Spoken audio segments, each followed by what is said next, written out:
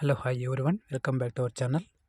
ಈ ವಿಡಿಯೋದಲ್ಲಿ markup percentage calculation ಮಾಡೋಣ ಯಾವ ಥರ ಅಂತ ನೋಡಿ. ಇಲ್ಲಿ ಪ್ರಾಫಿಟ್ ಆ್ಯಂಡ್ ಲಾಸಲ್ಲಿ ಬರುವಂಥ ಪ್ರಾಬ್ಲಮ್ಮು.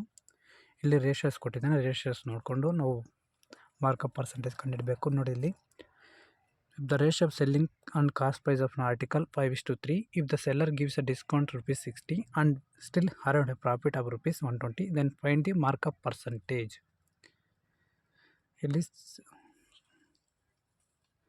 ಇಲ್ಲಿ selling price and cost S C P ಅಂದರೆ ಕಾಸ್ಟ್ ಪ್ರೈಸ್, ಎಸ್ ಪಿ ಅಂದರೆ selling price. Selling price 5:3, cost price 3.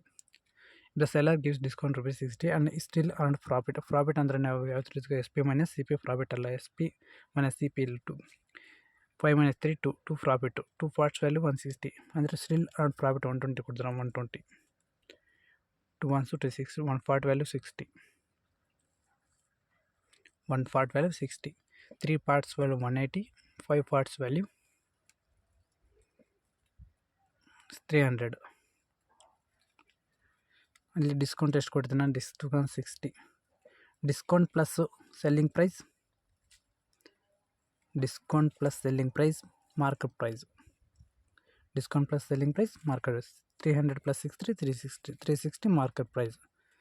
Market price percentage ಕಂಡುಹಿಡಬೇಕು ಯಾವ ಥರ ನೋಡಿ. ಮಾರ್ಕೆಟ್ ಪ್ರೈಸ್ ಮೈನಸ್ ಫಾರ್ಮುಲಾ ಏನು? Market price minus cost price divide by cost price into 100. Market price ಎಷ್ಟು? 360. Cost price 180. 360 - 180 180.